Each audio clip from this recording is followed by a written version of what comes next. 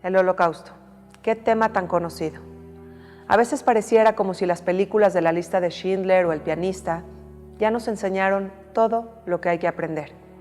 Sin embargo, no hay nada más alejado de la realidad.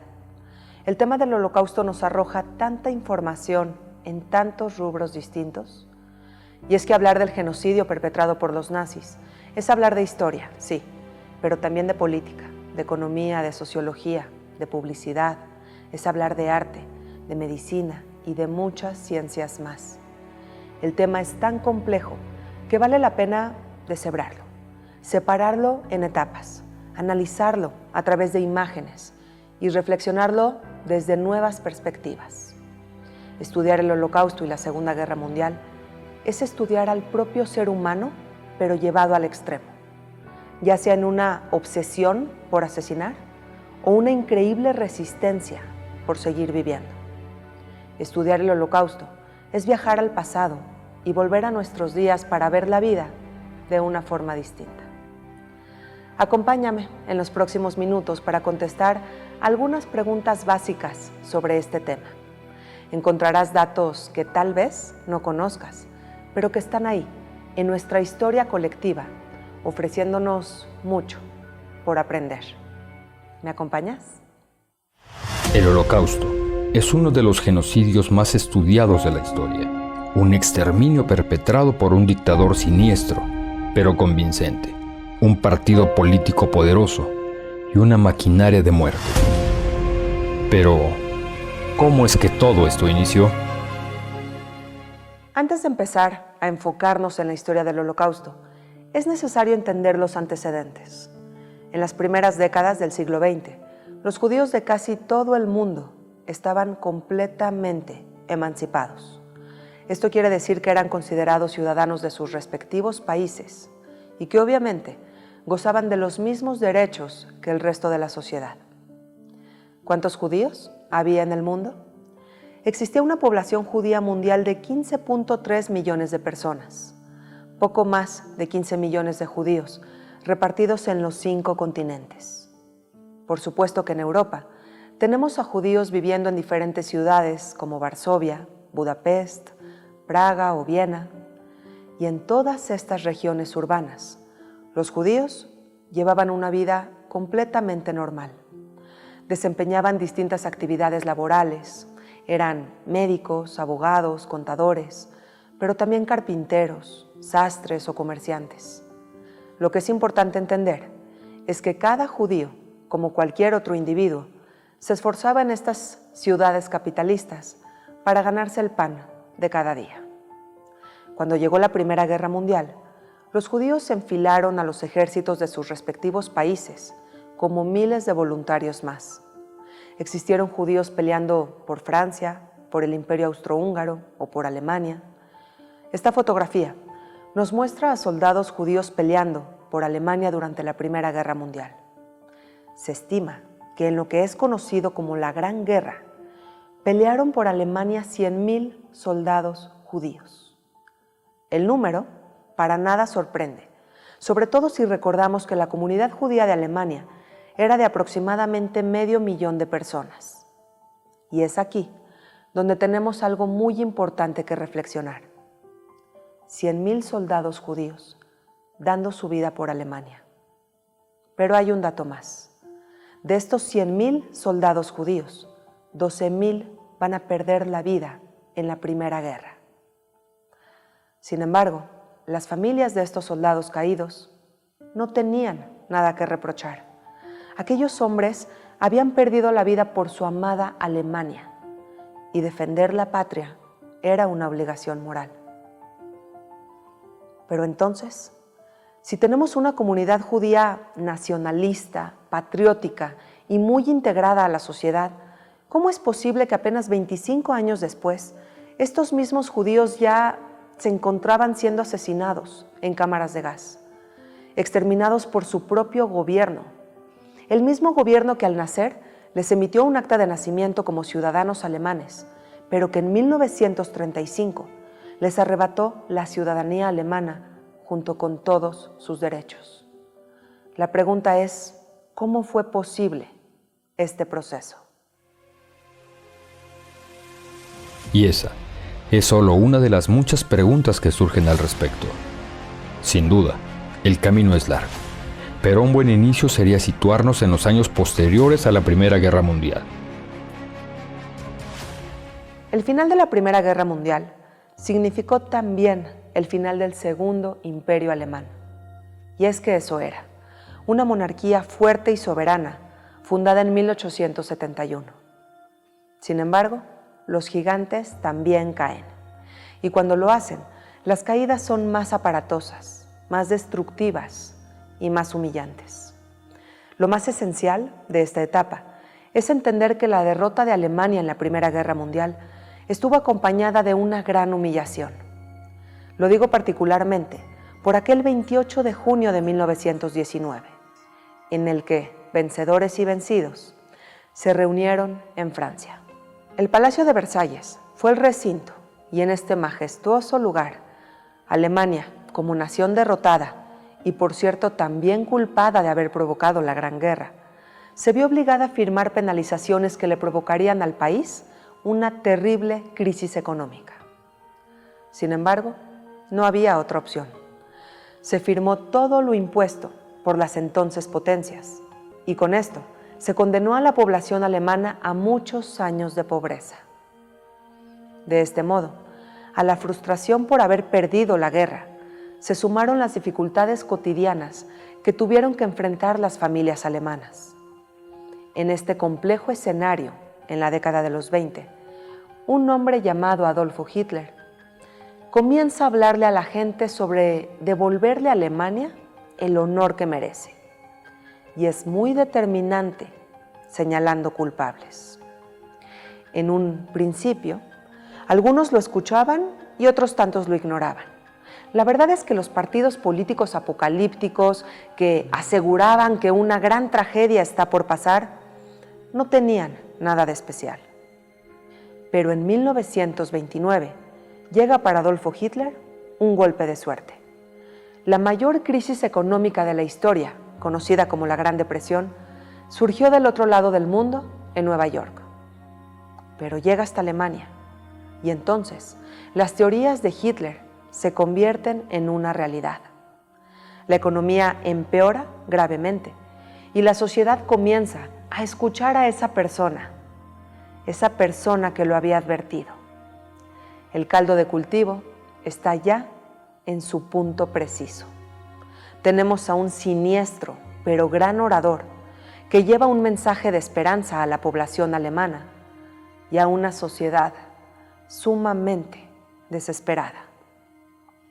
El mundo entero pagaría las consecuencias de esta peligrosa combinación. Pero ¿cómo llegó al poder un hombre con ideas tan extremas? ¿Cómo se rodeó de políticos capaces de crear un partido organizado y funcional? Y sobre todo, ¿cómo fue que la sociedad alemana le dio su confianza al partido nazi? Vale la pena conocer las respuestas, pues este es solo el inicio de la pesadilla, una pesadilla que apenas está por comenzar. Los primeros perseguidos que sufrieron las crueldades del nazismo fueron los discapacitados. Y es que en lo que fue conocido como la Operación T4, van a ser enviados a la muerte miles de personas que sufrían algún tipo de discapacidad, ya sea física o mental. Y lo que vamos a tener después es un proceso de etapas. El partido nazi era sumamente antisemita y pretende deshacerse de toda su población judía. Para hacerlo, los judíos van a ser despojados poco a poco de todos sus derechos. En un inicio se les va a prohibir contraer matrimonio con alemanes, entrar a hoteles, cines o restaurantes. Pero estas leyes se van a ir incrementando hasta que van a ser despojados de sus propias propiedades. Y finalmente, van a terminar siendo asesinados en fusilamientos masivos, en guetos, en campos de concentración o en campos de exterminio. Los nazis fueron capaces de crear una maquinaria de muerte en donde murieron 6 millones de judíos. Desafortunadamente, todavía hay personas que niegan todo lo sucedido. Bueno, era de esperarse. El mismo comandante Eisenhower lo dijo cuando estaban liberando los campos de concentración en 1945. Él dijo: vayan por la prensa para que documenten todo lo encontrado, porque seguramente alguien se va a atrever a negarlo. Por eso ordenó a los soldados que vayan por la prensa y por testigos locales para que se fotografiara todas las atrocidades que estaban quedando al descubierto. Así que negar el Holocausto es completamente una locura. Sucedió, el Holocausto sucedió, y llamarlo holocuento es demostrar una total ignorancia por el simple hecho de que fueron los mismos nazis los que documentaron todo lo sucedido. Ellos, con su extrema burocracia, van a escribir cuántos prisioneros eran asesinados cada día, en qué lugar y con qué método. De hecho, el Holocausto es el genocidio más documentado en la historia. ¿Por quién? Por los mismos perpetradores. Así que negarlo es un completo absurdo. Bueno, pues continuando con este sistema de etapas, es importante mencionar que Adolfo Hitler estuvo al mando de este genocidio. Pero van a existir miles de oficiales nazis que van a llevar a cabo cada uno de los pasos necesarios para este exterminio. Van a existir nazis responsables de trasladar a los judíos a los guetos o a los campos de concentración. Van a existir los nazis que van a permanecer dentro de los campos, gestionando que los prisioneros realicen sus trabajos forzados y, por supuesto, supervisando que nadie escape de los campos de concentración. Vamos a tener nazis que se están encargando de todas las riquezas confiscadas, a todas esas familias que están siendo deportadas. Estamos hablando de empresas, propiedades, muebles, joyas y hasta de obras de arte. A pesar de que todo esto haya sido robado, requiere de una extenuante administración para que todo lo confiscado sea debidamente aprovechado. Así, en este sistema de etapas, van a morir millones de personas inocentes. Pero, ¿cómo fueron enviados los ciudadanos indeseables a los campos de concentración? ¿El mundo lo permitió? Se sabía que miles de personas morían cada día a manos del nazismo. ¿Alguien hizo algo por impedirlo? Sin duda, hay muchas preguntas por responder. Como lo dijimos anteriormente, el partido nazi creó una estructura organizada y funcional. De este modo, tenemos a nazis importantes como Joseph Goebbels, encargándose de la propaganda y construyendo poco a poco una sociedad alemana convencida de que solo la raza aria debe persistir y de que los judíos y comunistas son ese mal que debe ser completamente extirpado de la sociedad.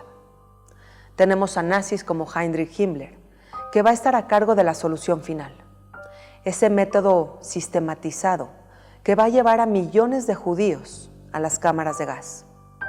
Tenemos a Reinhard Heydrich, el carnicero de Praga, que va a ser conocido por su extrema crueldad y que va a poner en marcha 3 campos de exterminio.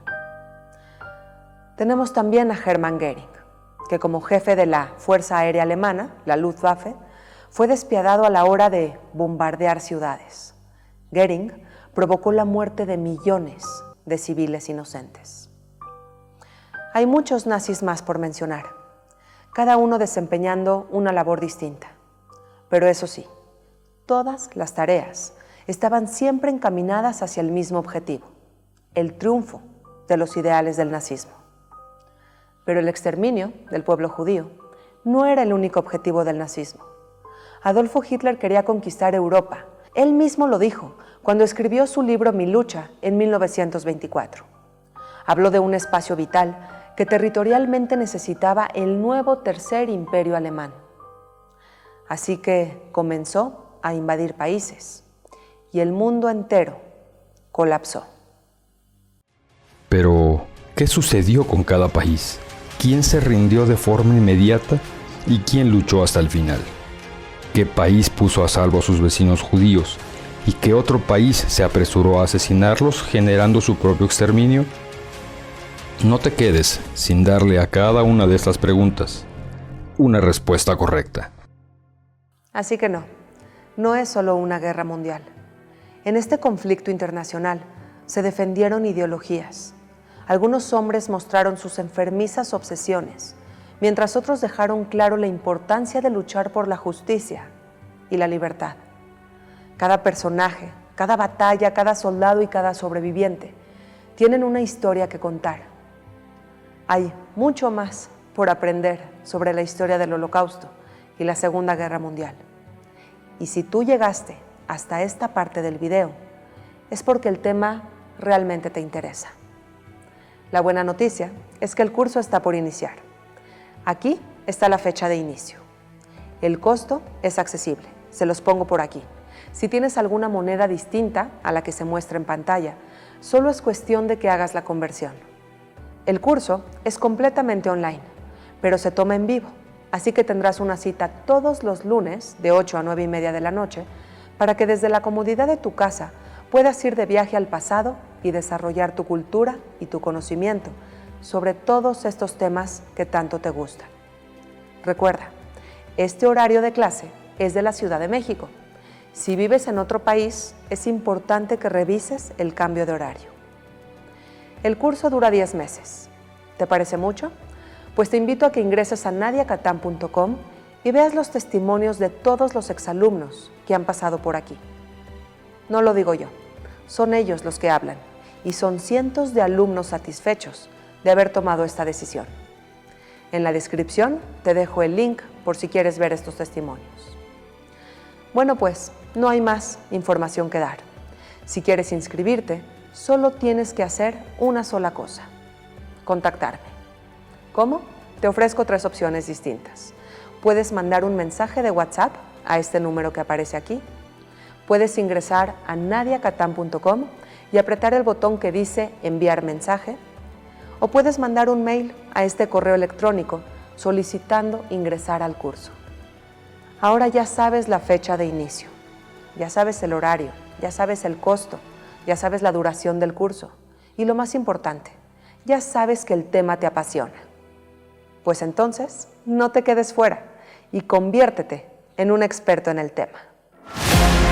Adolfo Hitler subió al poder en Alemania en 1933 e inmediatamente después comenzó una implacable persecución contra sus principales enemigos, los judíos. Una serie de leyes antisemitas iniciaron y año con año, estas fueron empeorando. Con el estallido de la Segunda Guerra Mundial, los judíos comenzaron a ser deportados a guetos y a campos de trabajo, para al final ser exterminados de manera masiva en cámaras de gas. En 1945 se descubría la escalofriante cifra: 6 millones de judíos fueron asesinados en una masacre sistemática nunca antes vista. Pero ¿cómo fue posible que subiera al poder un hombre tan racista? ¿La población colaboró con el genocidio? ¿Cómo pudo extenderse tanto el nazismo? Y para empezar, ¿por qué eran tan odiados los judíos? ¿Qué pruebas se tienen del Holocausto? ¿Y por qué hay gente que todavía niega lo sucedido? Sin duda, se trata sobre uno de los genocidios más crueles de la historia. Y por supuesto, hay muchas preguntas que responder. No pierdas la oportunidad de hacerlo a través de un curso que te llevará, paso a paso, a entender cada episodio del Holocausto. Porque no es una guerra más. Es más bien el capítulo más oscuro de la historia de la humanidad.